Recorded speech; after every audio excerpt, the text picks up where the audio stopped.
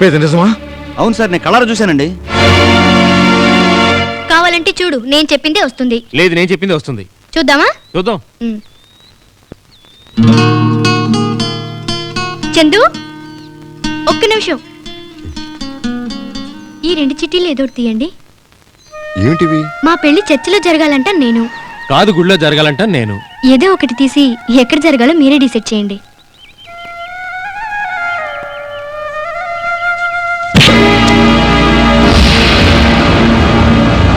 ఆ 2 కాదే, నీకు 3 డిసైడ్ చేశాను. శ్మశానం. వరసలు కలపకు, ఇద్దరిని వరుసగా లేపేస్తాను. నందిని!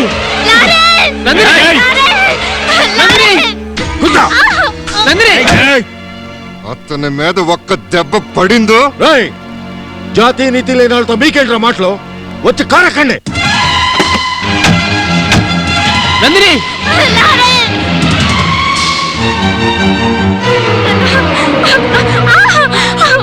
ఏమండి? ఏమైందండి? ఏమండి? దీన్ని కన్నా పాపానికి నీకు చెంప దెబ్బ తగిలింది, నా పరువుకి చావు దెబ్బ మిగిలింది. 25 ఏళ్ల క్రితం ఈ ఇంట్లో మండిన అగ్నిగుండంలో మళ్ళీ ఆజ్యం పోసిందే నీ కూతురు. ఇది ప్రేమించడానికి నా శత్రువు కొడుకే దొరికాడా? శత్రువు కొడుకు అంటే ఆ లారీ వద్దు, వాడి పేరు కూడా ఈ ఇంట్లో వినపడటానికి వీల్లేదు.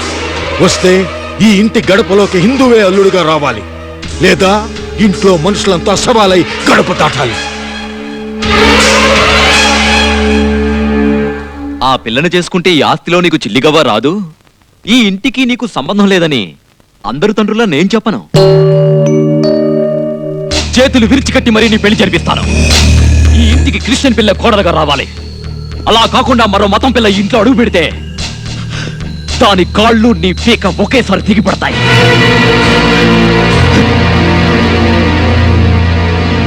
ఎవరు ఎలాంటి నిర్ణయాలు తీసుకున్నా నందిని లారెన్స్ పెళ్లి జరుగుతుంది, జరిపించి తీరతాను. నందిని కనిపించడం లేదండి.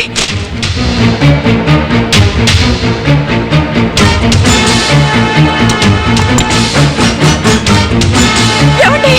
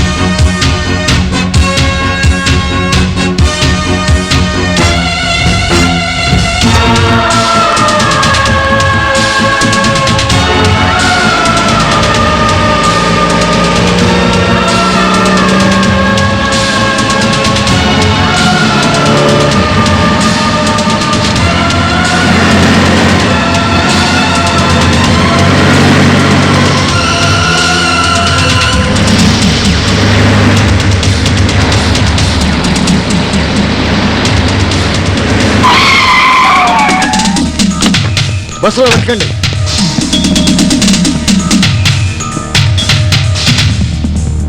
ఈ బస్సులో వాళ్ళేరండి. అయితే బస్ స్టాండ్ పోతండి. వెళ్ళి వెతకండి రా.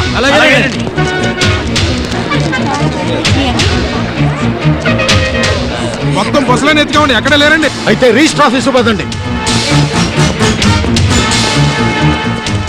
ఇక్కడ రాలేదంటండి. అయితే వెళ్ళండి, రైల్వే స్టేషన్లో వెతకండి. రైల్వే స్టేషన్ లో కూడా లేరండి. అయితే ఊరంతా గాలించండి. ఏమైందిరా? ఊరంతా వెతకాం సార్, ఎక్కడ కనబడలేదండి. చుట్టుపక్కలున్న గుళ్ళు, చర్చిలు అన్ని వెతకండి. సాయంత్రంలోగా నా కొడుకు నా ఇంటికి వచ్చాడో సరే, లేకపోతే ఎదురింట్లో ఉన్న వాళ్ళు ఒక్కడు కూడా ప్రాణాలతో ఉండడానికి వీల్లేదు. వెళ్ళండి.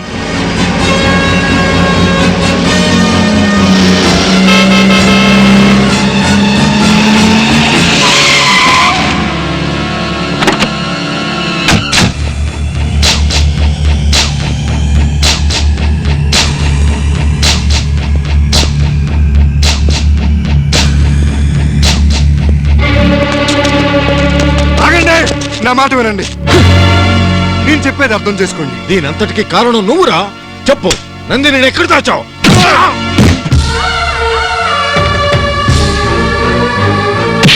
చెప్పరా, లారెన్స్ ఎక్కడ? చెప్పరా? చెప్పు! చెప్పు!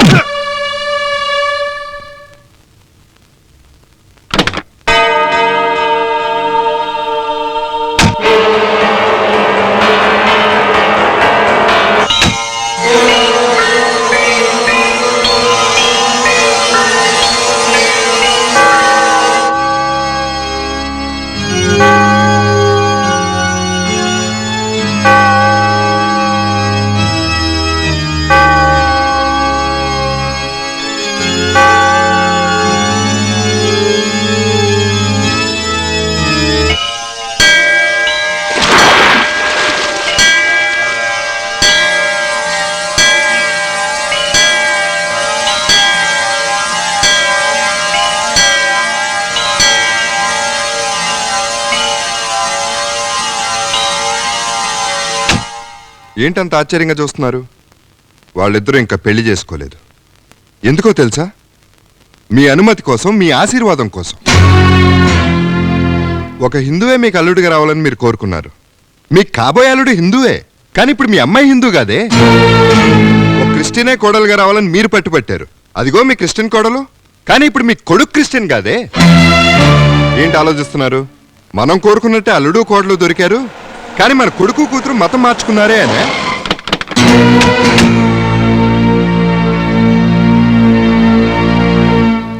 రూపాలు వేరైనా దేవుడు మాత్రం ఒక్కడే.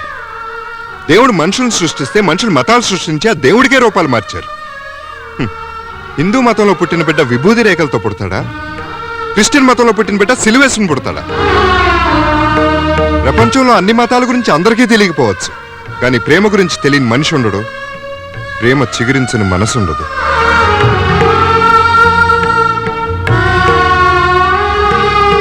మీ పంతాల కోసం, పట్టింపుల కోసం ప్రేమను కాలరాయటం, ప్రేమికులను విడదీయటం చాలా దారుణం. దయచేసి నా మాట వినండి. వాళ్ళిద్దరికి పెళ్లి జరిపించండి.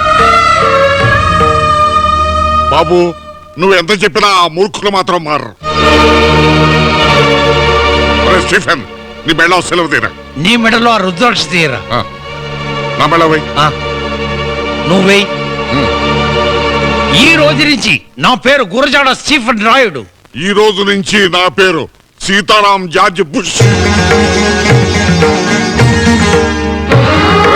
నువ్వు పుట్టినప్పుడు ఏ మతం అని నీకు తెలియదురా.